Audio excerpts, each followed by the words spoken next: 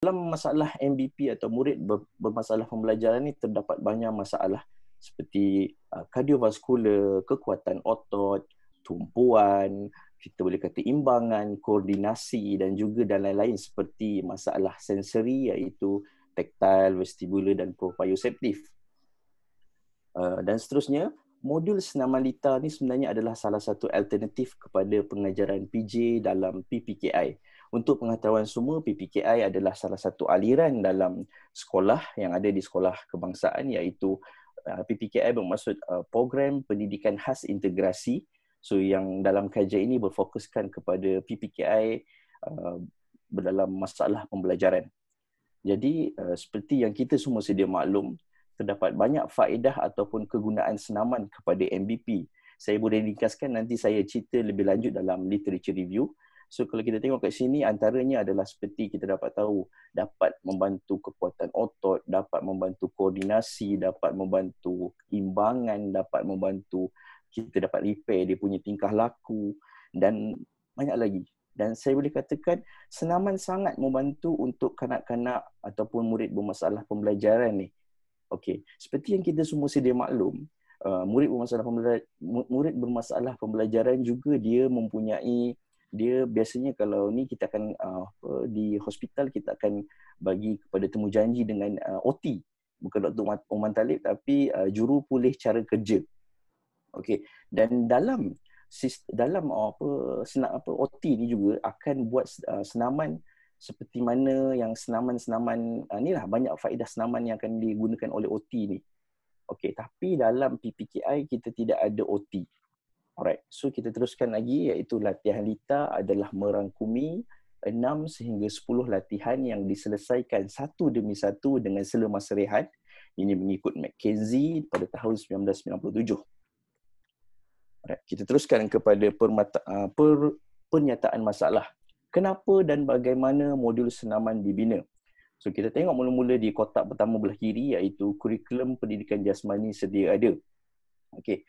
Dalam analisis saya, analisis kurikulum, saya lihat dokumen kurikulum iaitu DSKP pendidikan jasmani bermasalah pembelajaran.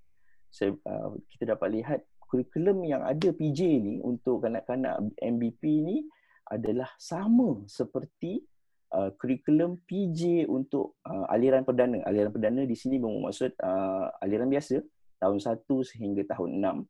Dan ini diakui sendiri oleh salah seorang penulis buku teks salah seorang penulis buku teks iaitu Dr. Anwar bin Abdullah, bahawa kurikulum PJ murid masalah pembelajaran ini disadur daripada kurikulum PJ aliran perdana. Jadi bila di sini, kalau saya boleh nyatakan bahawa dalam sub lokomotor, iaitu pergerakan asas, lokomotor, bukan lokomotor dan juga manipulasi alatan adalah sama seperti dalam DSKP PJ aliran perdana. Okey, ini bercanggah dengan Coates dan Wickerman 2008 di mana kurikulum PJ harus dibina khusus untuk keperluan anak-anak berkeperluan khas.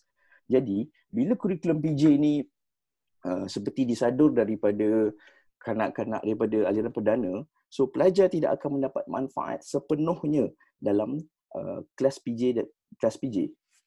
Jadi yang kedua, kita tengok pula kepada latar belakang guru pendidikan khas. Seperti kita semua sedia maklum ataupun ada yang masih tidak tahu bahawa guru pendidikan khas adalah guru yang mengajar pelbagai subjek. Mengajar pelbagai subjek seperti matematik, BM, BI dan juga pendidikan jasmani. So dalam aliran PPKI ini sendiri, so cikgu tu akan mengajar rencam. Saya gunakan istilah rencam di sini bahawa guru tu akan mengajar pelbagai subjek. Jadi bila dia mengajar pelbagai subjek, bagaimana dia hendak dapat menguasai ataupun mengajar pendidikan jasmani dalam konteks kajian ini dengan berkesan. So ini bertepatan dengan NASPI 2001 bahawa guru tidak dapat melaksanakan pengajaran pendidikan jasmani dengan baik disebabkan kurangnya pengetahuan dalam bidang tersebut. So apa kesannya kepada pelajar-pelajar MBP ni? So kesan dia adalah kita dapat lihat daripada segi tahap kecergasan mereka. Okay. Seperti yang kita semua sedia maklum, kelas PJ berfungsi untuk gaya hidup sehat. Objektif kelas PJ adalah untuk gaya hidup sehat. So jadi kat sini kita akan dapat lihat otot dengan tahap kecergasan jadi lemah disebabkan program senaman yang tidak sesuai. Jadi bagaimana model senaman ini dibina? So berdasarkan sorotan kajian lampau ataupun literature review, saya melihat tidak banyak kajian yang dibuat dalam komponen kardiovaskular, imbangan, kekuatan dan daya tahan otot serta koordinasi. So model senaman ini dibina berdasarkan komponen yang saya tuliskan di bahagian kanan ini.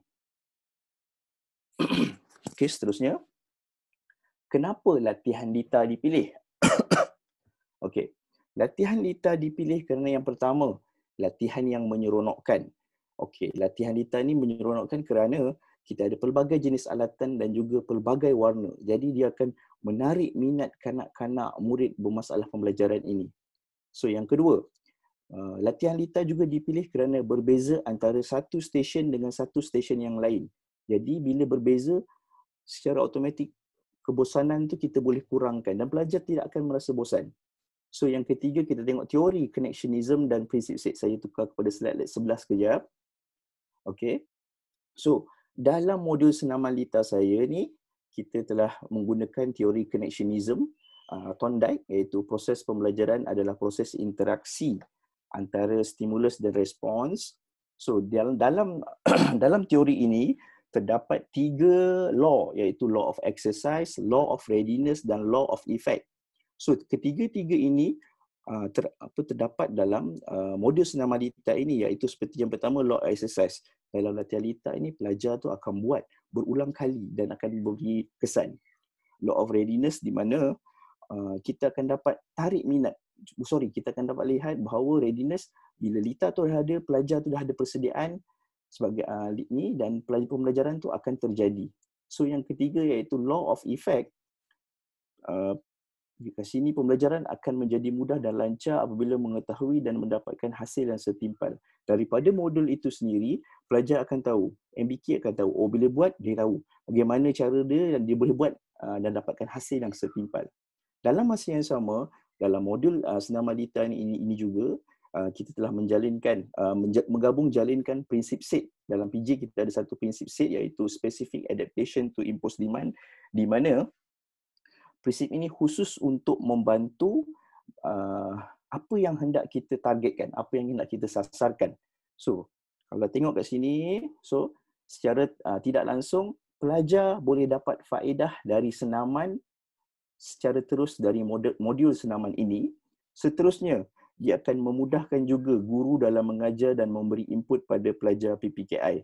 Seperti yang kita sedia maklum dalam slide sebelum ni, saya dah tulis pasal dalam penyataan masalah tadi, kita dapat lihat bahawa guru-guru PPKI ini sendiri menghadapi masalah disebabkan mereka bukannya option PJ, option pendidikan jasmani, dan mereka mempunyai kekurangan dalam pedagogi pendidikan jasmani. So modul ini akan memudahkan guru dalam mengajar sekaligus memberi input pada pelajar PPKI ataupun pelajar murid bermasalah pembelajaran.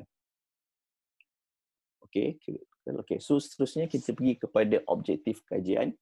So dalam kajian ini kita ada 4 objektif kajian, iaitu yang pertama, membina aktiviti modul latihan senaman LITA. Yang kedua, menguji kesahan kandungan modul latihan senaman LITA. Yang ketiga, menguji kebolehpercayaan modul latihan senaman LITA. Dan yang keempat, mengenal pasti keberkesanan modul latihan senaman LITA. Kita pergi kepada slide persoalan kajian. So, dalam kajian ini, persoalan kajian digunakan untuk kajian deskriptif saja yang akan menjawab 3 persoalan berikut. Yang pertama, apakah jenis modul yang dibina? Yang kedua, apakah tahap kesahan kandungan modul senaman LITA? Dan yang ketiga, apakah tahap kepercayaan modul senaman LITA?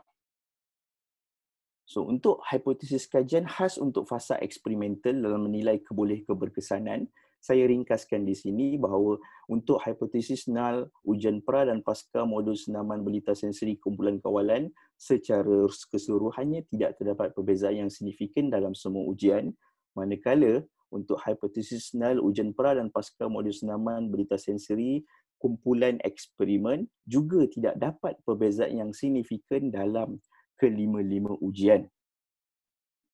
Seterusnya kita akan lihat bahagian tinjauan literature ataupun sorotan literature. Dalam bahagian ini saya akan jelaskan beberapa bahagian iaitu kaedah systematic review, kepentingan senaman, faedah senaman lita dan kajian-kajian yang berkaitan dengan PJ dan pendidikan khas. So yang pertama iaitu pencarian melalui kaedah systematic review. So systematic review ni adalah kaedah sistematik dalam mencari artikel yang berkaitan. So menggunakan komputer saya telah jalankan berdasarkan kata kunci yang telah dibina terhadap 5 pengkalan data elektronik iaitu Academic Search Complete. Dalam Academic Search Complete saya dapat 10 artikel. Cumulative Index Nursing Allied Literature Sinal saya dapat 4. Medline saya dapat 13. Spot Discus saya dapat 1 dan Cochrane saya dapat 2. So secara keseluruhannya saya dapat 25 artikel dan melalui proses screening hanya 4 artikel yang didapati bersesuaian dengan tajuk kajian.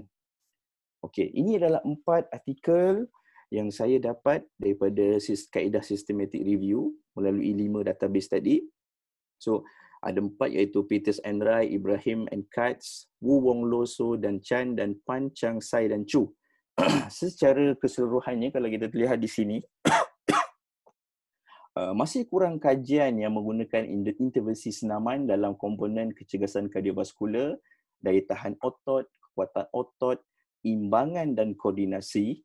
So kalau lihat dalam objektif di sini kita lihat masih kebanyakan kajian ini hanya berfokus kepada kumpulan tertentu. Contohnya Peters dan Wright, dia memfokuskan kepada DCD. Untuk pengetahuan semua, DCD ini adalah Developmental Coordination Disorder. Okey. Dalam Ibrahim dan Katz kita dapat lihat dia memfokuskan kepada CP ataupun cerebral palsy. Wu, Wong, Lo dan So dan Chan memfokuskan kepada autisma dan Pan Chang Sai dan Chu memfokuskan kepada ADHD. Selain itu juga masih juga kurang kajian yang menggunakan pembinaan modul yang ada hanya program senaman dan juga keberkesanan senaman sahaja. So seterusnya kita pergi kepada kajian-kajian berkaitan intervensi kanak-kanak berkeperluan khas dan menerusi grey literature. So grey literature di sini membawa maksud bahawa kajian yang dijalankan luar daripada database. So untuk pengetahuan semua, kajian ini saya dapat menerusi Google Scholar. So kita lihat satu persatu. So dalam ni ada Bibholm et al, Greco, Chung et al, Cho dan Huang, Western Dog et al dan Pan et al. So kalau kita lihat secara keseluruhan masih juga kebanyakan kajian ini menggunakan hanya kumpulan tertentu iaitu ADHD, autisma, ADHD dan ADHD. Dalam kajian ini hanya Western Dog et al sahaja yang menggunakan learning disabilities. Okey, dan kita dapat lihat kat sini kebanyakannya menggunakan satu jenis intervensi permainan. Seperti contoh ni permainan bentuk senaman, senaman berbentuk kemahiran motor, Chang guna aerobik, Cho dan Huang guna yoga, Western Dog guna bola dan juga yang berbeza sedikit adalah Pan et al yang menggunakan senaman, pelbagai jenis variasi senaman dan di sini juga menggunakan senaman berasaskan lita. So saya boleh katakan bahawa masih kurang juga intervensi kajian yang dijalankan berbentuk stesen ataupun lita. So kita pergi kepada slide seterusnya iaitu kepentingan dan faedah senaman terhadap golongan berkeperluan khas. So di sini memang ada banyak faedah senaman yang saya nyatakan. Saya maklumkan terlebih dahulu bahawa di sini saya gabungkan dalam golongan berkeperluan khas, bukan khas untuk kanak-kanak sahaja. So sebagai contoh, Gupta dan Carmeli memfokuskan kepada kekuatan, Abdul Rahim dan Shahin memfokuskan kepada imbangan, Rima, Varela dan Loshbaum memfokuskan kepada kardiovaskular, Gonzalez, Aguero et al dan Pitetti et al memfokuskan kepada BMI, Body Mass Index ataupun jisim tubuh badan. Bass and Jones, Celebrity et al dan Powers et al memfokuskan kepada tingkah laku terhadap kanak-kanak golongan keperluan khas, So kita tengok pula kepada faedah senam balita. So dalam faedah senam balita ni saya telah jumpa artikel berkaitan iaitu Mayoga, Vega, Vicena dan Koka 2013 di mana kesimpulannya senam balita ni memang sesuai ataupun berkesan untuk meningkatkan otot dan daya tahan kardiovaskular kanak-kanak sekolah. Blandel et al. 2003, senaman kekuatan pembentuk lita juga dapat membantu memperbaiki fungsi lokomotor. Okey, kita ulang balik tadi tentang kerangka teoretikal. Ni adalah kerangka teoretikal kajian. So, sebelum saya pilih artikel ni, saya nak beritahu bahawa secara keseluruhannya terdapat 32 teori pembelajaran. So, teori yang saya guna pakai dalam kajian ini adalah teori connectionism yang dikemukakan oleh Edward Lee Thorndike. So, saya ulang sekali lagi, proses pembelajaran adalah proses interaksi antara stimulus dan respons.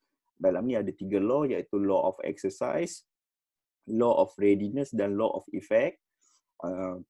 Dan juga digabung jalinkan dalam modul ini iaitu prinsip SAID, iaitu Specific Adaptation to Imposed Demand. Di mana dalam prinsip ni kita memfokuskan bahawa apa yang hendak kita targetkan, yang itu kita akan latih. Dan ini adalah kerangka konseptual kajian. So, subjeknya adalah pendidikan jasmani dalam PPKI bermasalah pembelajaran. Bawah ni ada kotak dia, di sini ditulis bahawa pelbagai kategori bermasalah pembelajaran. Teori yang digunakan pakai adalah Thorndike dan prinsip SAID. So, modul senam balita ni adalah sesi 1 jam, 2 kali seminggu, 12 minggu secara keseluruhan ataupun 3 bulan. So, dalam modul ini sebenarnya kita bahagikan kepada, dalam ni ada 5 stesen iaitu stesen kardiovaskular, stesen kekuatan otot, stesen imbangan, stesen daya tahan otot dan stesen koordinasi. Okey, sekarang kita akan pergi kepada metodologi.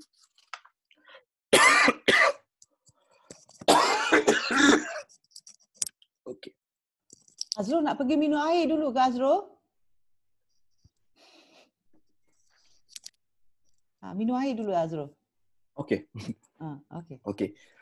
Dalam metodologi, saya maklumkan bahawa kita ada 2 fasa, iaitu yang pertama fasa pembinaan modul dan yang kedua adalah fasa menilai keberkesanan modul. So dalam reka bentuk deskriptif ini khas untuk pembinaan modul.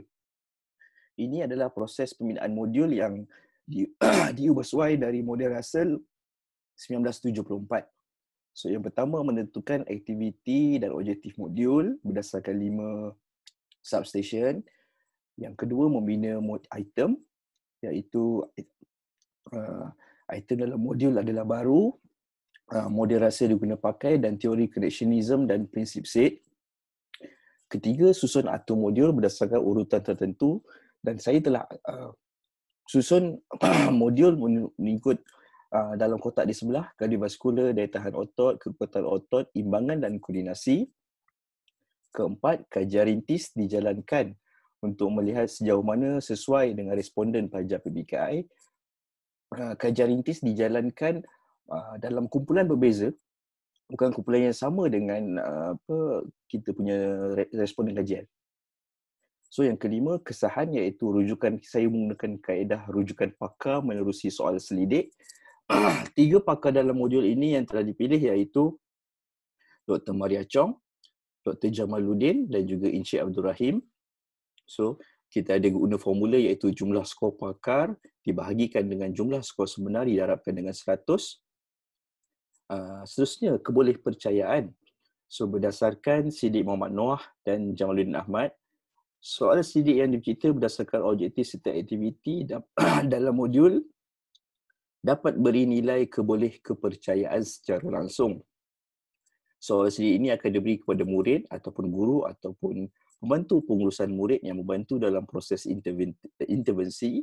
Kaedah Alpha Cronbach akan diguna pakai untuk mendapatkan nilai kebolehpercayaan. Okey, seterusnya kita pergi kepada reka bentuk eksperimental. So dalam reka bentuk eksperimental ini seperti saya sebutkan sebelum tadi, bahawa reka bentuk eksperimental ini khas untuk kita menilai keberkesanan modul Senamalita. So pada mulanya ujian penilaian, kita akan jalankan ujian penilaian prestasi fizikal menggunakan TGMD untuk melihat gross motor pelajar. Daripada sini kita guna Z-score dan kita akan bahagikan kepada dua kumpulan, iaitu kumpulan kawalan dan kumpulan eksperimental. Dan kemudiannya akan meneruskan untuk semuanya akan buat ujian pra. So dalam ujian pra ni ada beberapa ujian, iaitu 6-minute walk test untuk stesen kardiovaskular, tekan to B untuk stesen kekuatan otot, bangkit to B untuk stesen daya tahan otot, dirian bangau untuk stesen imbangan, dan wall toss test untuk stesen koordinasi. So selepas itu dalam tempoh 12 minggu, kumpulan kawalan akan melakukan ataupun akan mengikuti kelas pendidikan jasmani seperti biasa, manakala eksperimental akan melakukan intervensi modul Senamalita selama 12 minggu, 2 sesi seminggu. Selesai tempoh 12 minggu intervensi, kedua-dua kumpulan akan kembali untuk buat ujian PUS sama seperti ujian pra. Okey, kita tengok kepada populasi dan sampel kajian. Populasi kajian ini terdiri daripada kesemua 73 orang murid-murid tahap 1 dan tahap 2 PPKI Sekolah Kebangsaan Serdang. Murid-murid ini berumur di antara 7 hingga 14 tahun. So ini adalah inclusion and exclusion kriteria. So terdapat 5. Untuk nombor 1, kita akan pilih semua murid PPKI tahap 1 dan 2 SK Serdang. Exclusion tidak boleh mendengar arahan. Yang kedua, kategori mengikut masalah pembelajaran berdasarkan Akta OKU 2008. Yang exclusion, kita kategori lain selain daripada tersebut. Yang ketiga, boleh mendengar arahan dan mendapat kebenaran daripada ibu bapa atau penjaga. Okey, untuk exclusion pula tidak boleh mendengar arahan dan tidak mendapat kebenaran ibu bapa penjaga. Keempat, dapat melakukan aktiviti tanpa bantuan. Untuk exclusion pula tidak dapat melakukan aktiviti yang ditunjukkan tanpa bantuan. Yang terakhir sekali, murid untuk exclusion kriteria adalah murid yang dicadangkan oleh guru PPKI, dan untuk exclusion kriteria ada masalah kesihatan seperti jantung, lelah dan lain-lain yang difikirkan sesuai.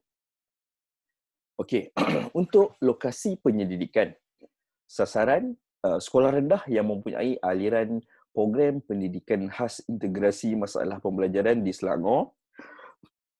SK Serdang dipilih kerana merupakan antara sekolah aliran pendidikan khas bermasalah pembelajaran terbaik di Selangor, dan pihak SK Serdang telah bersetuju untuk memberikan kerjasama bagi menjalankan kajian. Okey, ini adalah contoh intervensi untuk modul Senamalita. Kalau kita lihat kat sini, kita ada 5 stesen: kardiovaskular, daya tahan otot, kekuatan otot, imbangan dan koordinasi. So setiap stesen kat sini seperti saya tulis kat sini sebagai contoh: lari zigzag dalam jarak 10 meter, merangkak dan menolak satu bungkusan pasir seberat 2 kg, kekuatan otot bergerak dari A ke B menggunakan 2 point dalam jarak 10 meter, berjalan di atas titi lurus dengan jarak 5 meter untuk imbangan, dan koordinasi lompat di atas alfabet mat dengan sasaran 15 abjad dalam masa 30 saat. Okey, untuk hak dan keselamatan responden semasa kajian dijalankan, yang pertama, kita akan mendapatkan kebenaran bertulis daripada ibu bapa atau penjaga. Semasa menjalankan kajian juga berkemungkinan terdapat risiko kecederaan. Dalam hal ini, saya akan memastikan ada ahli dari kumpulan penyelidik yang mempunyai sijil bantu mula bersama-sama dengan peralatan bantu mula sebagai langkah keselamatan. Ketiga, sebelum intervensi dijalankan, pakar dari bahagian pendidikan khas KPM iaitu Puan Mahfuzah Zainul akan menyemak dan memastikan intervensi ini selamat dan bersesuaian untuk dijalankan. Selain daripada itu juga, kajian ini juga telah mendapat kebenaran menjalankan penyelidikan daripada Jawatankuasa Etika Penyelidikan UPM dengan nombor kod JKE UPM /2019/243. Okey, untuk kaedah analisis data, Dalam kajian ini bagi perbezaan kumpulan rawatan dengan kumpulan kawalan dalam aspek kardiovaskular, kekuatan, daya tahan, imbangan, koordinasi, motor kasar dan motor halus, data dianalisis secara inferensi menggunakan ujian t-test. Alright, thank you. Okay, itu saja. Sekian, terima kasih. Okay, thank you Azrul. Thank you. Okay. Sesak-sesak suara Azrul ya. Okay. So sekarang saya buka sesi soal jawab ya. Question and answers ya.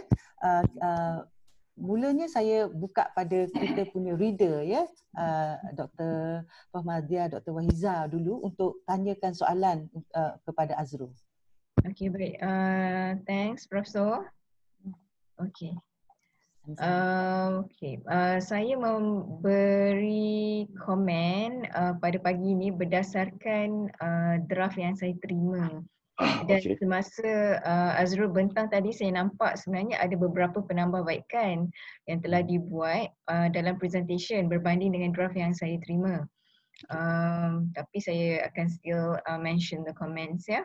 Okey, pertama sekali kita tengok pada bab 1, pengenalan.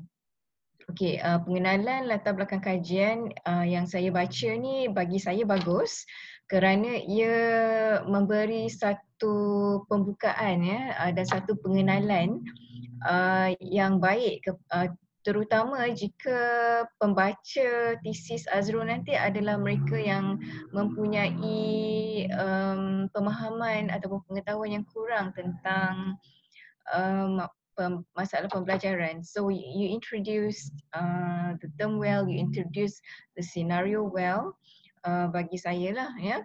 And satu pengenalan yang baik, cumanya mungkin boleh introduce subtopik yang bertajuk latar belakang kajian. Bab 1 tu dia ditulis pengenalan and then after that followed by subtopik latar belakang kajian ya. Itu cadangan saya tambah sikit kat situ. Dan seterusnya pada permasalahan kajian. Okey. Style saya bila saya nak tengok penyertaan masalah tu solid ke tidak dan relate ke tidak dengan keseluruhan bahagian tesis, apa yang saya akan buat adalah pertama sekali saya tak baca dulu penyataan masalah. Saya akan pergi ke objektif, penulisan objektif and then persoalan kajian.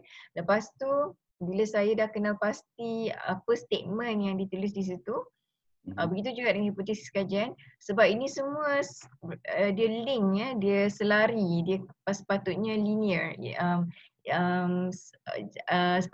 ia sepatutnya sangat berhubung kait dengan apa yang kita tulis dalam pernyataan masalah. Okey, bila saya dah baca objektif kajian umum dan khusus, okey, yang umum tu okeylah. Okey, cumanya bila saya baca pula dan cuba mencari perkaitan penulisan objektif khusus dengan pernyataan masalah, saya tak jumpa.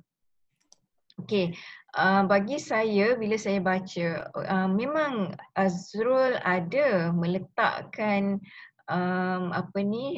jurang-jurang ataupun problematic scenario ya, macam guru pendidikan dia ada option spesifik kurang pengetahuan. It sounds very problematic and indeed it is the problem.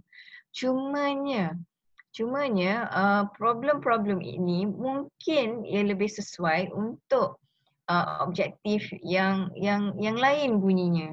Okey, sebab objektif Azrul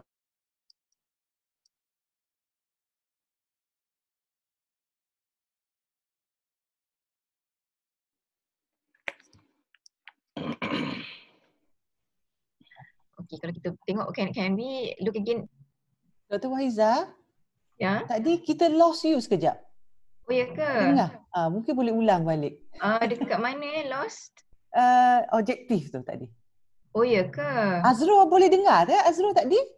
Tak dengar. Dia macam hang. Ada macam hilang you sekejap. Hello? Tak ada pula.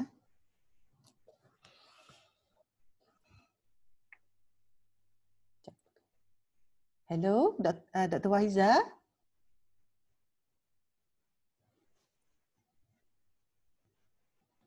Hilang dah. Okay, Profesor, sorry. Okay.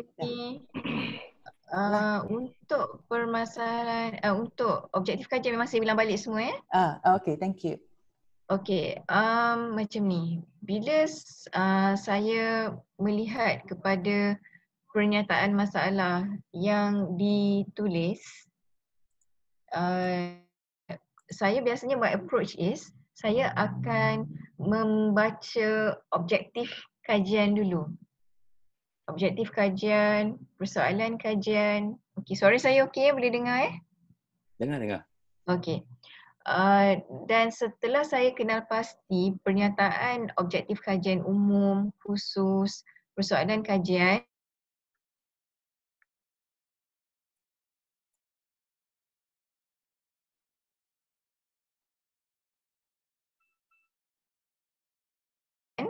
okay. Lepas tu saya Dr. Wahiza, baru saya semuanya berkait sorry rapat. Dr. Wahiza. Ya? Tak dengar Putus tempat yang sama juga tadi. Oh ya Allah, kejap Tempat yang sama okay, kan putus kan? Saya sekejap Okay. Saya rasa because ada call masuk, that's why dia putus. Kejap Okay. Dia putus tempat yang sama.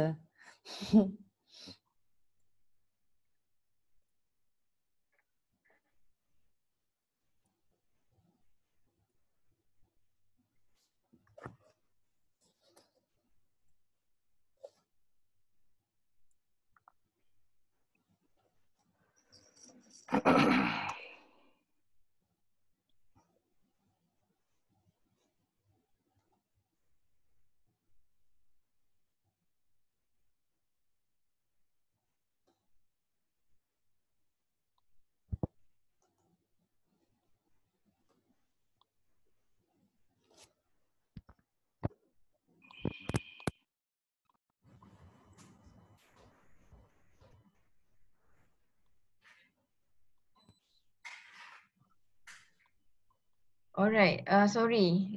So bila baca pernyataan masalah tu dan saya cuba kaitkan dengan pernyataan di objektif kajian, okay, dengan persoalan kajian, saya tak jumpa the relevance of what you wrote dalam pernyataan masalah dengan pernyataan objektif kajian.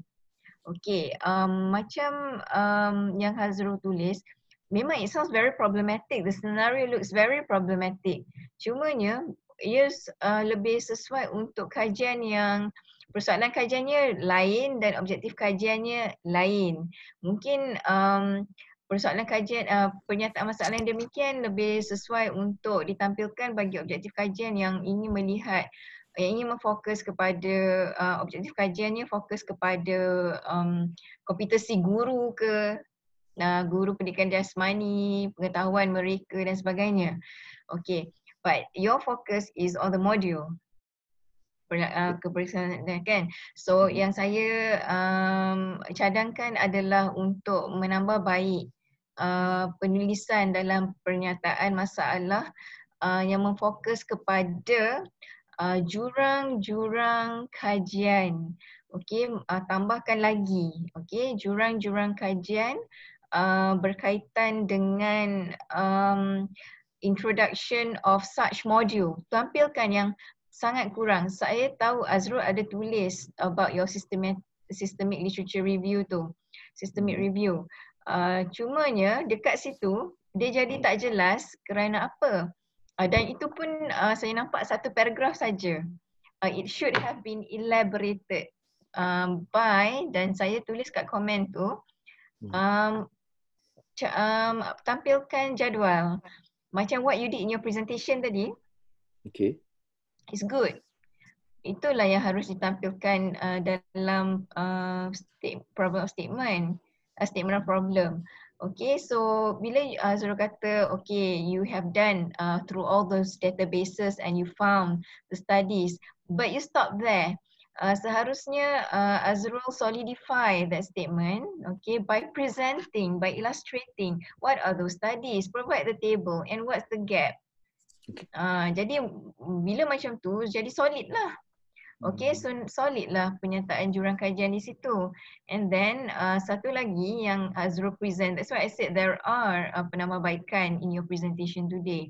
Macam satu lagi saya tanya dalam soalan saya tu, saya tanya di manakah jurang theoreticalnya, which does not appear in your draft.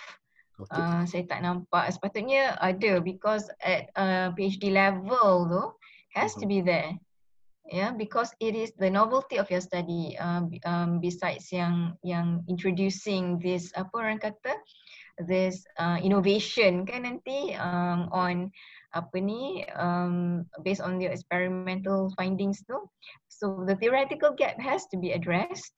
Perlu di highlightkan. Dan saya tanya, adakah apa ni integrasi teori berdasarkan connections kan tadi you present rangka theoretical kan, so that can be used untuk permasalahan kajian in terms of adakah kerangka theoretical yang digunakan sebagai landasan teori bagi kajian eksperimental ini, adakah ia integrasi beberapa teori.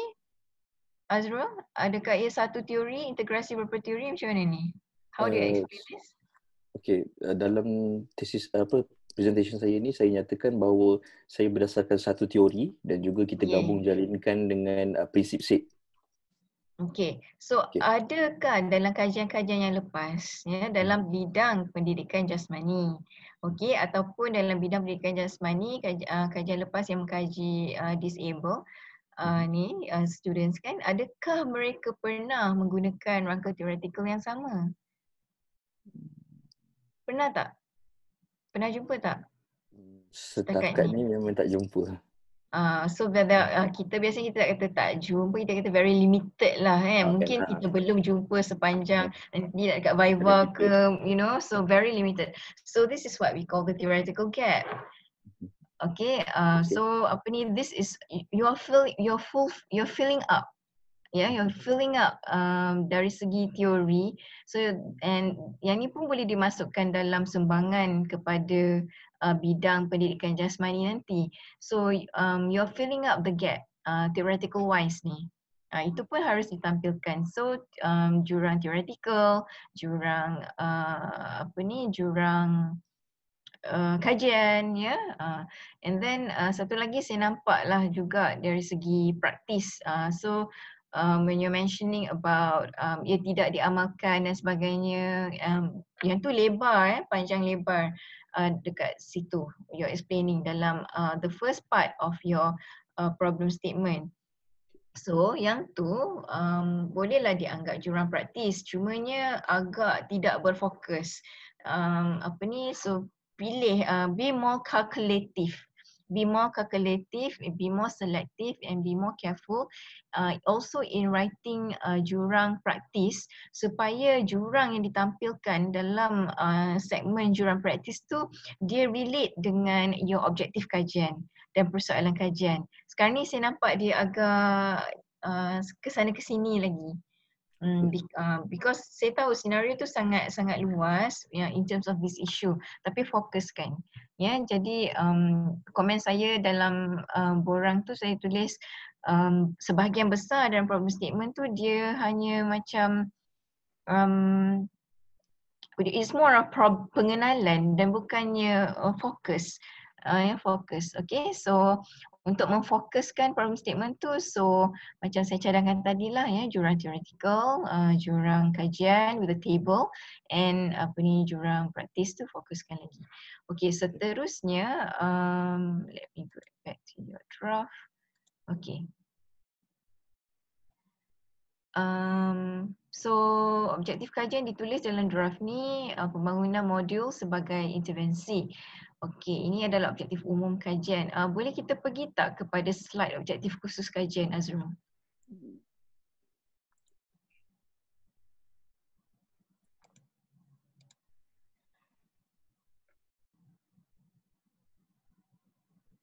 Okey.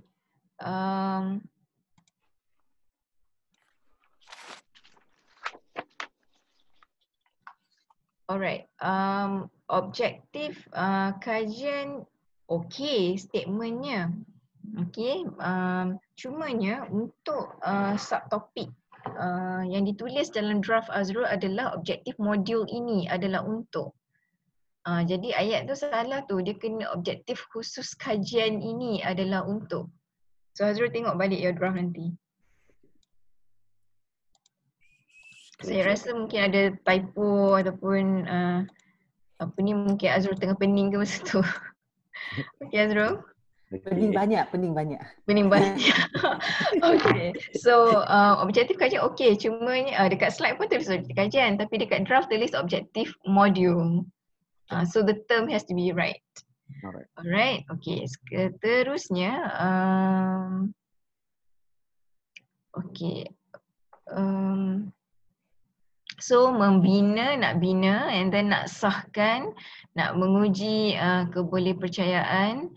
Okay, mungkin boleh susun balik lah kot ya. Kepercayaan comes first and then kesahan tu comes later ke, and then keberkesanan. Okay, dan seterusnya apa ni dekat draft. Okay, persoalan dan hipotesis kajian. Okay, sebenarnya dalam penulisan tesis ada banyak approach. Ya, ada banyak approach. So dalam your draft ni saya nampak Azrul memilih untuk tanya soalan and then tampilkan hipotesis kajian macam tu ya. So kajian deskriptif, so you portray apakah dia soalan yang at apa ni descriptive level lah, tahap dan kandungan, kesahan kandungan dan tahap kebolehpercayaan, and then hipotesis kajian. Okay, kalau saya lah apa ni, but apa ni tak semestinya, so it depends. Okay, kalau saya suka bawa masuk a little bit of literature daripada bab 2 untuk untuk menyokong pembentukan hipotesis. Jadi kita nampak dari mana timbulnya hipotesis kajian. Macam ni, but you're providing null hypothesis ya. Setengah orang dia akan letak alternative hypothesis, but then it's your choice sebenarnya. Ada scholars yang memang prefer letak null.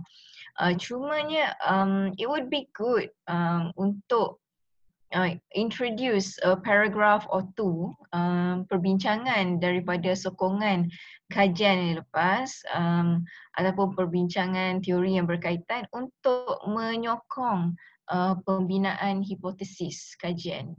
Ya. Okey. Signifikan kajian macam tadi saya dah sebut dah, because I couldn't find in your write-up, so saya tanya bagaimana pula signifikan kajian ini di dalam aspek sumbangan kepada perkembangan bidang pendidikan jasmani, because what you mentioned here banyak yang more on practical side, on the practice side in terms of sumbangan dan significance of the study. And then saya ada cadangkan, elaborate dan nyatakan juga bagaimana dapatan kajian eksperimen ini dapat menyumbang secara signifikan dalam bidang pendidikan jasmani. Benda yang sama. Okey, limitasi kajian. Okey. Alright, okey. Untuk bab 1, sebagai pembaca, dan saya meletakkan diri saya sebagai pembaca dari let's say lah public ke ataupun orang yang orang yang berminat nak baca your thesis kan, dari pelbagai latar belakang. Okey, sebagai pembaca saya mencari definisi terma di bab 1 untuk memahami istilah-istilah yang saya tak biasa. Okey. Dan saya tak jumpa definisi terma ni di bab 1 dalam draft yang saya terima lah Okay. So it's very very important. Okay. Okay, untuk kita pergi ke bab 2, tinjauan literatur. Okay, saya tulis kat sini pendekatan pengkaji dengan menonjolkan jurang kajian dalam rumusan adalah bagus. Namun masih perlu menambah kajian-kajian lepas supaya dapat membantu bab perbincangan nanti. Saya dapati kajian-kajian lepas yang ditampilkan tu masih perlu banyak lagi add on, banyak lagi tambah so that when you are discussing the findings nanti it will be rich discussion dan so you tak pening lah nak mengupas nak mengulas your dapatan kajian nanti because you have very comprehensive literature review. Berdasarkan penulisan yang ada sekarang ni dan saya percaya because you still have time to add your literature review, I would highly recommend Azrul untuk menambah serutan literatur dari semasa ke semasa. Dan lagi satu, at PhD level, biasanya kita tak nak melihat only narrative ataupun descriptive write-up. Maksudnya you just rumus sahaja, you just summarize sahaja. Past findings and then you letak. Kita nak tengok the voice, the voice from the researcher. Maksudnya dia analyse, apa yang dia dah summarize tu dia analyse and then dia do dia punya rumusan, which you did.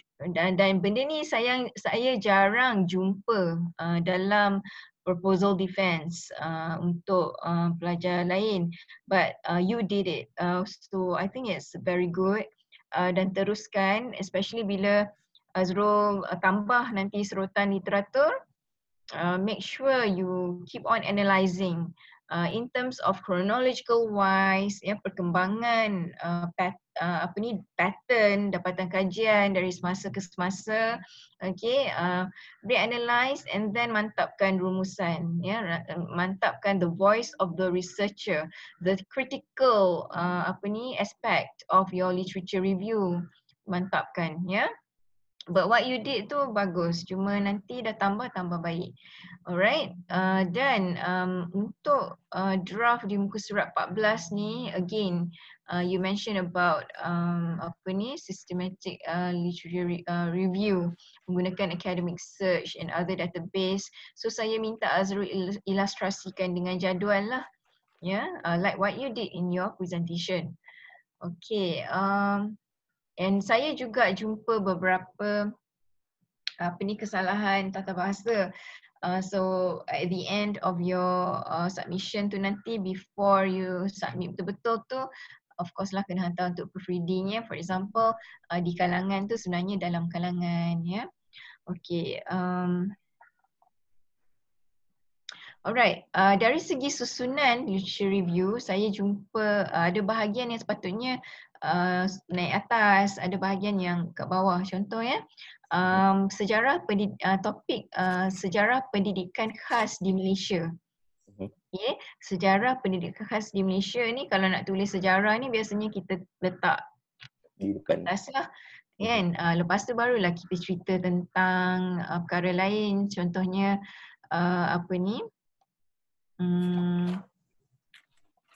tentang modul tentang faedah senaman litar berasaskan sensori dan sebagainya. So sejarah tu kalau ikut secara orang kata flow-nya, kita letak di depan. Okay, so susun balik sikit kat situ. Alright.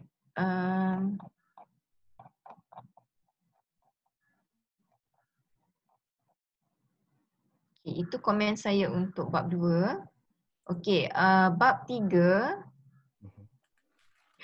Profesor? Ya. Sejujurnya saya kepakaran saya bukan experimental design.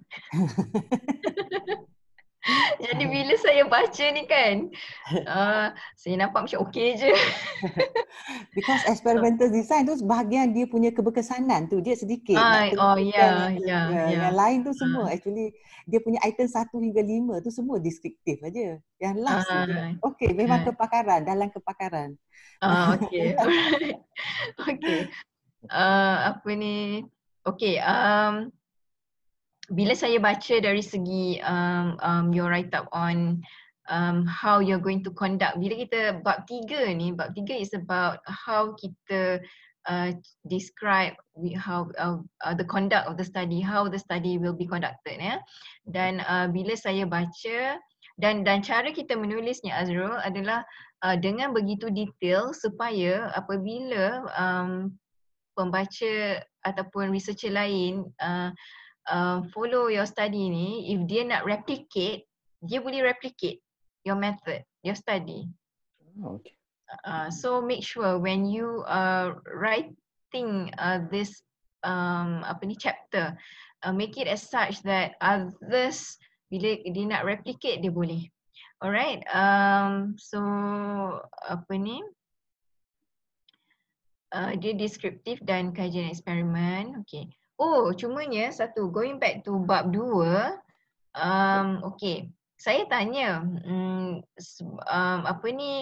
do you have citations on your supervisory committee punya past findings?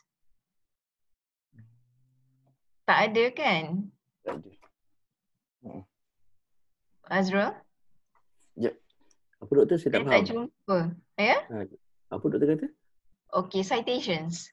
Maksudnya, saya tak jumpa Azrul menyebut kajian lepas oleh supervisory committee Azrul sendiri. Yang mana your supervisory committee adalah dari bidang pendidikan jasmani. Okay.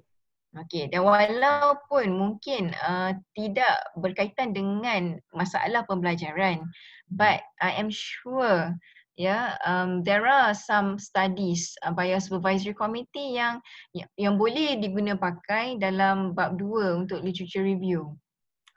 Okay. So kita kena juga melihat selain daripada melihat hasil kerja scholars dari luar negara, so kita juga kena lihat kajian-kajian lepas oleh guru-guru kita sendiri ya Azrul. Boleh diguna pakai dan sebutkan dalam tesis kita. Boleh saya masukkan. Okay. Alright. Sekarang ni going back to chapter 3. Chapter 3.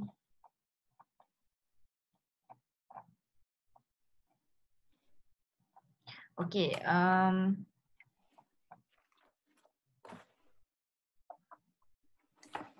So bagaimana kita nak semak chapter 3 adalah kita merujuk kepada adakah pelaksanaan kajian itu akan membantu untuk answer your research questions as well as to achieve the objectives of the study ya.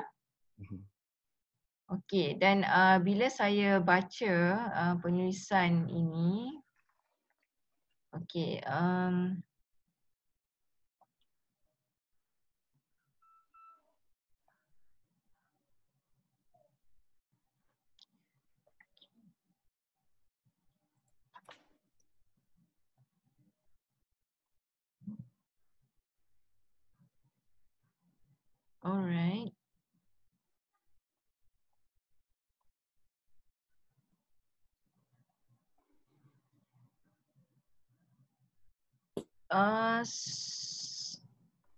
Okay, dekat sini ada explain pilot ke?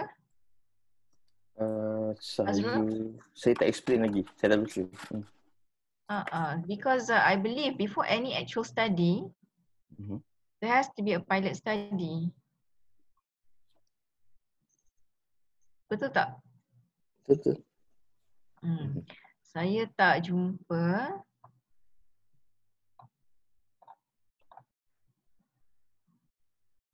Dan perlu masukkanlah ya Azrul. Okey, kebolehpercayaan. Profesor? Profesor? Ya, ya. Dalam dalam experimental study, do we do pilot study? Experimental study kita sometimes kalau kita ada control dengan experimental group, sometimes kita just Tak perlu. tak perlu, kita just mungkin train kita punya pembantu macam itu je. Oh, I see. Ajarkan dia macam mana nak guna alat, all these things.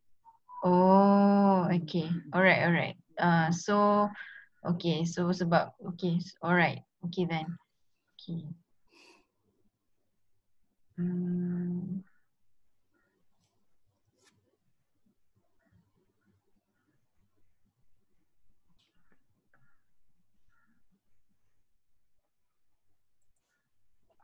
Okay. 12 soal selidik dicipta untuk ayat 34 ni Azrul. 34. Jap, saya buka. Okey. Muka surat 34.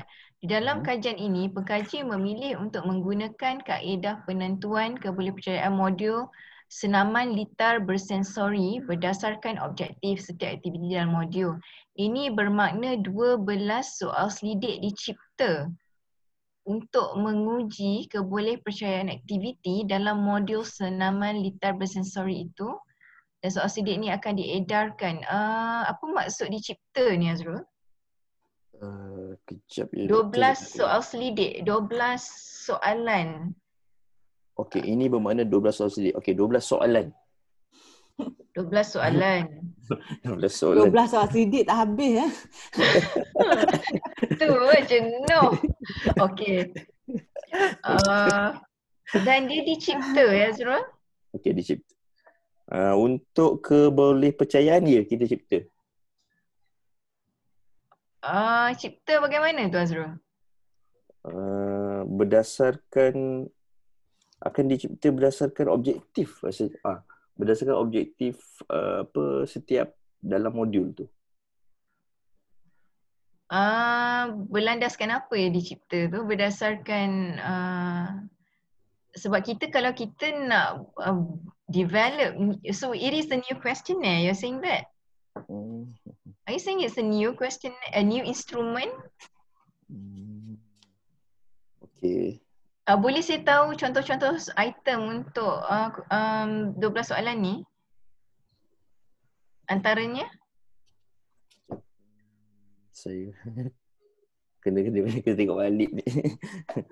Adakah ia soalan deskriptif? Adakah ia soalan soalan ini adalah soal yang akan dianalisis pada tahap deskriptif atau pada tahap inferential?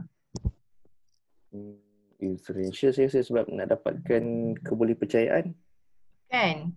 Okay, kalau inferential, so this is a very serious issue because you're saying that it is a newly developed instrument. Ia bukannya instrumen yang telah pun yang diambil ataupun diadapt daripada established instrument. It's new. Betul? Okay, satu benda lagi. Alright. Kalau it's something new, then it has to be tested in terms of bukan kebolehpercayaan saja, you have to validate the instrument first. And there is a procedure of developing and validating instrument. Ia perlu dinyatakan dalam method dan ia perlu dilaksanakan proses of validating this new instrument.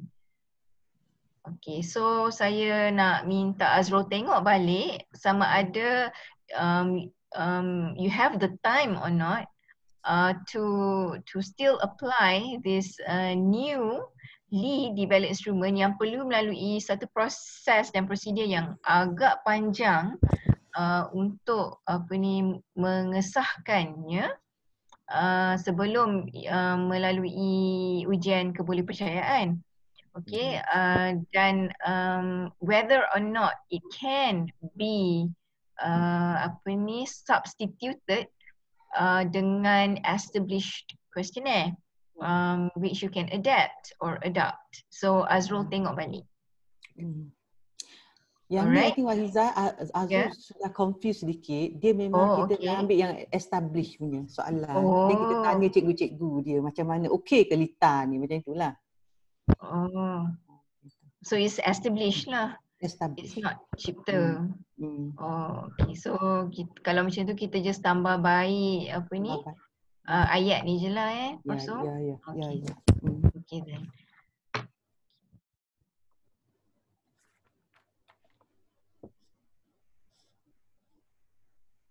Okay.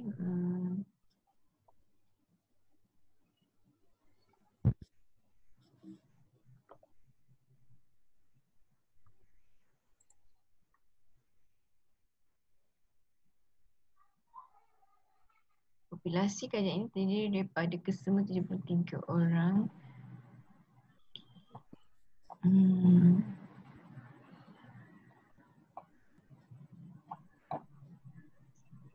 Okey, Azrul telah menerangkan kriteria responden dengan baik sekali. Okey.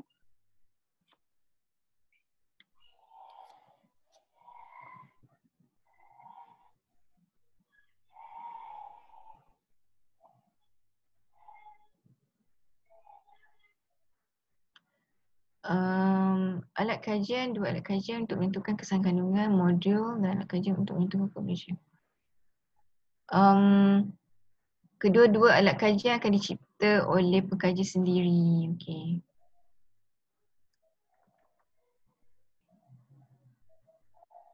Apa yang dimaksudkan di sini alat kajian? Muka surat 37. Ada alat kajian yang terlibat, ada dua jenis iaitu alat kajian untuk menentukan kesahan kandungan modul dan alat kajian untuk menentukan kebolehpercayaan. Kedua-dua alat kajian akan dicipta oleh pengkaji sendiri. Apa maksud alat kajian di sini? Saya rasa salah tulis, sebenarnya instrumen kajian. Instrumen kajian sepatutnya. Instrumen kajian. Okey, dan apa ni again you're saying dicipta oleh pengkaji. Okey. Salah Tengok tengok balik. Okey.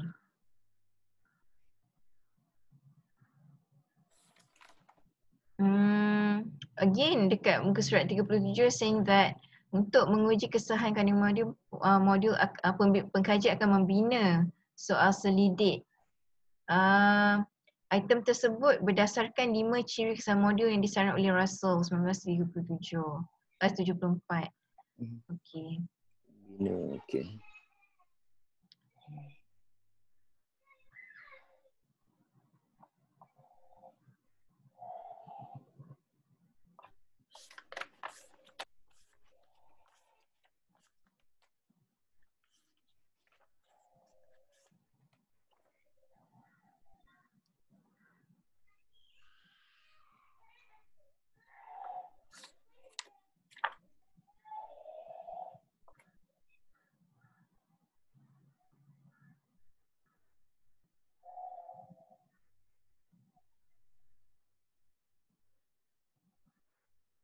Okey, pemilihan subjek dibuat berdasarkan konsort 2010 flow diagram. Kan Azrul? Muka surat 40. Okey. Jadi kan kalau saya sebagai pembaca kan, saya curious. Konsort 2010 flow diagram kan? Saya curious nak tahu apa rupa diagram tu. Jadi saya kena masukkan. Lebih cantik jika dan lebih mantap jika Azrul masukkan, because remember we want people who wants to replicate your study can replicate your study. So if you show the consort 2000 flow diagram how it looks like dan sebagainya, it will be very nice. Okay? Okay, namun hanya murid yang memenuhi syarat inclusion exclusion akan dipilih. Pemilihan subjek akan dibuat secara rawak berdasarkan keupayaan fizikal mereka.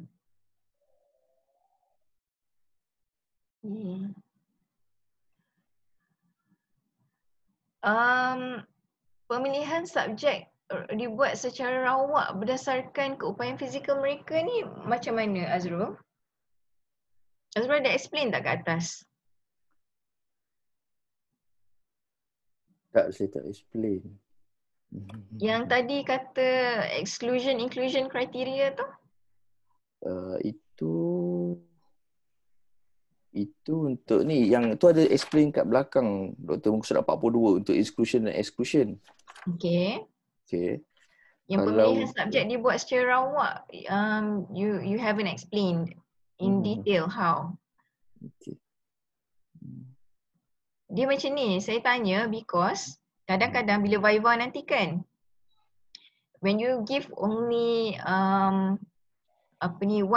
one sentence like this kan, jadi examiner tu dia nak test, dia akan tanya, you kata pemilihan subjek akan dibuat secara rawak berdasarkan keupayaan fizikal. What do you mean by rawak? Can you tell us how you did it? Dan sekiranya Azrul elaborate sedikit, you explain sedikit how, jadi soalan tu tak timbul dah semasa viva nanti. Because examiner nampak clearly how you conduct it secara rawak. So when you explain already, so pendek lah sesi viva tu, tak adalah panjang. Because you have it in your written thesis. Ya, betul. Dia banyak Azrul saya tengok dia tak terangkan ya. Yes, dia pendek, dia tak elaborate. So kena elaborate. Secara rawak tu Azrul you kena terangkan di bahagian yang gunakan test TGMT tu Azrul. Ingat? Then you assign dia to two group, control dengan experimental tu. Yang tu you tengok dia punya physicals kan supaya dua group tu sama sebelum you start intervention. Dan dia membantu kita juga sebagai researcher kan, bila kita detailkan pelaksanaan ataupun the conduct secara rawat, dan kita bila kita menulis tu kita akan realise this is actually how we are going to do it secara realitinya, dan ataupun masa kita tulis tu kita akan betul ke teknik yang kita gunakan ni. So that is kepentingan lah kita detail out what we write. Okay. And then okay, kasih kajian.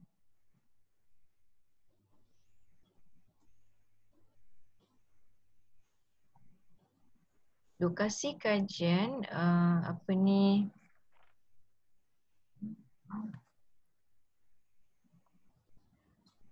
Lokasi kajian, sebenarnya kita just nak tahu lokasi kajian. Cumanya Azrul kat sini explain tentang apakah definisi masalah pembelajaran dan sebagainya. Saya rasa perkara ini telah pun ditulis di bahagian awal tesis. Jadi tak perlulah kita ulang, Azrul. Just fokus. Kalau lokasi kajian, then you fokus. Apakah lokasi kajian itu? Clear ya, Azrul? Okay, clear. Okay. Populasi dan sampel kajian. Okay.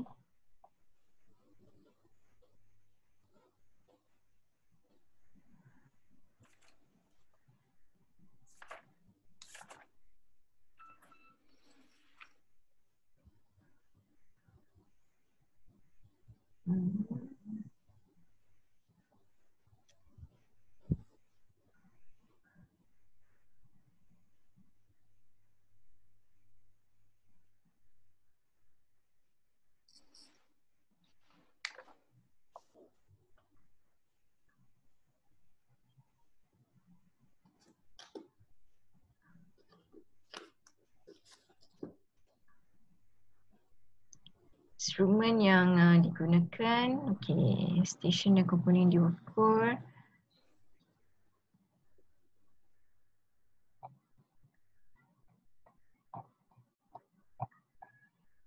Okay, I would say detail out ya. Dalam prosedur nanti pun detail out lagi. Ya, saya nampak masih agak ringkas ya cara penulisan tu. It's good that you provide the diagram. Ya, bagus. But I believe based on Rajah 3.3 it could be elaborated in more detail. Ya, Azrul? Okay. Okay. Okay, Prof. Sos, setakat itu komen saya. Okay. Thank you Profesor Mahdia, Dr. Wahiza. Ya, sangat banyak membantu Azrul untuk tambah baik dia punya proposal. Ya, kita punya komiti Dr. Fazilah dengan Dr. Oti. Ya, so juga banyak membantu, especially khususnya dari segi modul ni kan. Kita juga dapat bantuan daripada Profesor Mahdia Dr. Jamal. Untuk dari segi bantu Azrul macam mana nak mantapkan modul dia lah ya. Okay. So untuk seterusnya kita open untuk pelajar-pelajar yang kita ada 49 partisipan ni. Ada siapa-siapa nak tanya, bantu Azrul, ada apa-apa yang nak tanya ke? Ya, Azrul, ada ke? Saya ada. Okey. Eng. Ya, saya Eng. Okey, tanyalah Pak Azrul ya. Encik Azrul, nak tanya berkaitan dengan sampling. Okey. Sampling yang Encik Azrul pilih adalah masalah pembelajaran. Jadi setahu saya masalah pembelajaran dekat sesebuah sekolah, dia kadang-kadang dia tak begitu seimbang. Mungkin ada 3 orang ADHD, ada 5 orang mungkin masalah yang lain. Jadi macam mana Encik pilih sampel? Ada tak kalau hanya pilih satu sekolah mungkin sampel dia tak begitu seimbang, ada tak dia akan mempengaruhi keputusan nanti? Okey, terima kasih Encik Eng. So sebenarnya macam ni, kita balik kepada tajuk asal ni. Kajian saya adalah untuk pembinaan modul dan keberkesanan aplikasi modul Senamalita murid-murid bermasalah pembelajaran. So dalam ni kita fokuskan kepada masalah pembelajaran yang pelbagai.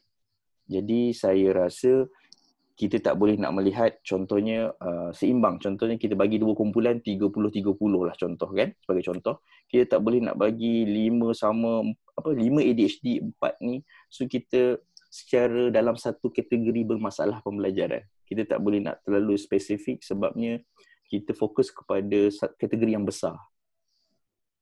Saya rasa itu jawapan saya. Okey, terima kasih. Okey, sama. Ada lagi ke? Siapa yang nak tanya soalan?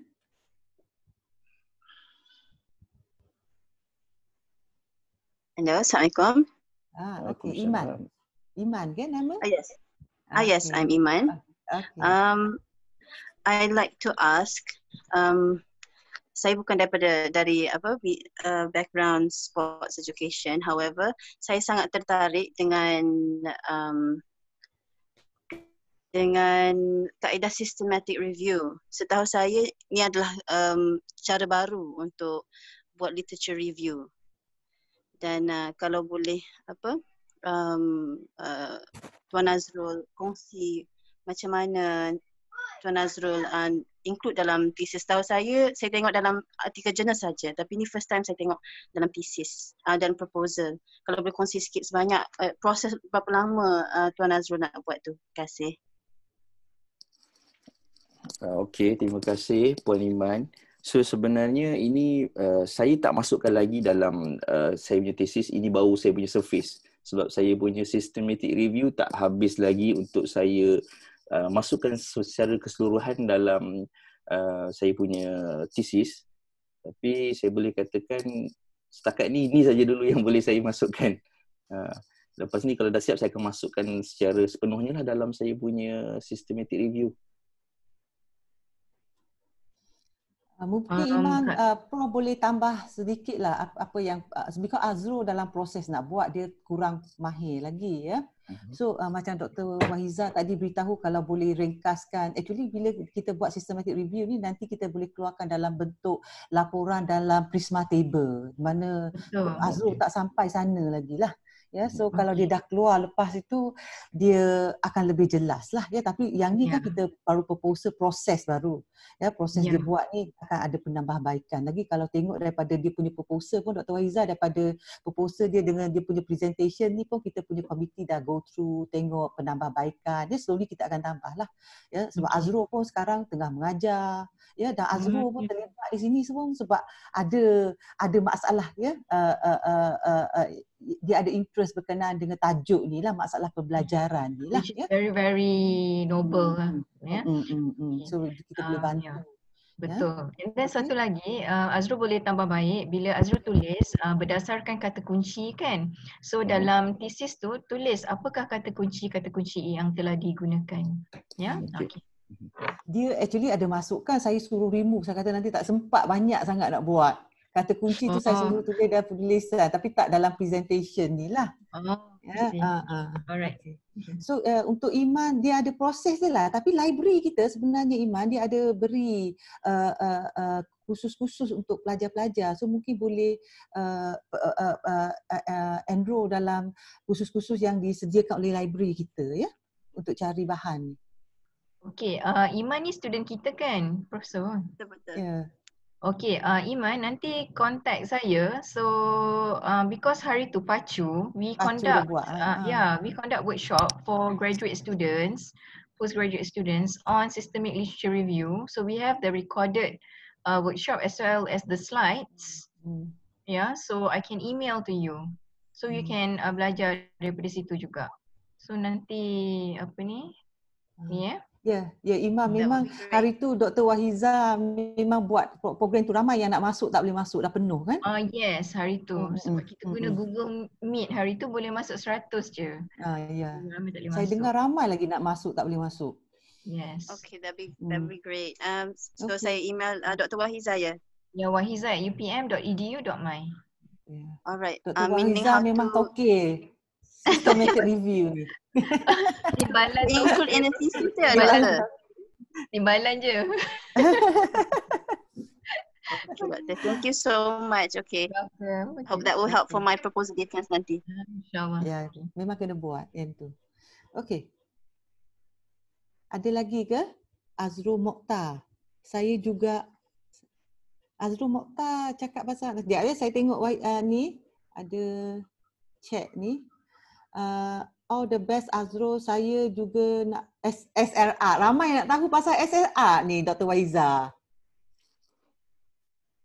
You mute lah Dr. Wahiza. Saya akan type email saya. Okay. Siapa yang perlu pasal SRR ni, minta video dia dengan Dr. Wahiza. Nanti ni, yang ni email Dr. Wahiza. Nanti Dr. Wahiza akan emailkan dia punya video ya Dr. Wahiza? Ya. Betul, dengan slide sekali. Ya, especially untuk PhD, kita memang galakkan dia punya SLR tu di salah satu daripada publication kan? Betul, betul. Okay. Okay, ada lagi ke? Ada soalan lagi ke? Oh, dah nak sampai 1 jam setengah lah Dr. Wahiza. Okay, so kalau ada lagi ke? Okey, kalau tak ada, Dr. Wahiza ada kata-kata terakhir untuk Azrul? Ada. Tahniah Azrul. I think this is a very excellent noble, okay, study. So teruskan bersemangat, okay, sampai sampai memegang scroll nantilah. Yeah. Okay, very good. And I hope that the findings of the study would be extended to the real world lah maksudnya. Dia besides publication dia diguna pakai untuk manfaat di luar sana nanti. Okay, and congratulations also kepada Profesor and the supervisory committee for this study dan bimbingan kepada Azrul. Thank you. Yeah. Terima kasih Dr. Wahiza. Ya, komen-komen tu nanti kita akan gunakan untuk penambahbaikan tesis Azrul lagi lah. Banyak yang kita tak nampak lagi. Banyak mata tengok tapi banyak lagi masalah dia kan. Ya, so nanti kita akan discuss dengan Azrul untuk improve dia punya proposal lagi dan dia punya overall penulisan tesis lah supaya link tu nampak lebih jelas lah. Ya, macam apa yang Dr. Wahizah suggest ya. So untuk student-student yang join hari ini saya harap dapat manfaat ya daripada presentation Azrul ya, dan yang perlukan dia punya video tu make sure email Dr. Wahizah ya. Untuk yang SRR tu Dr. Wahizah akan email pada you all lah ya dia punya video tu ya. So saya akhiri sesi ni dengan ucapkan selamat, terima kasih ya. Selamat dan terima kasih pada semua ya. Khususnya reader kita Dr. Wahizah. Thank you. Thank you. Thank you. Okay, bye. Bye.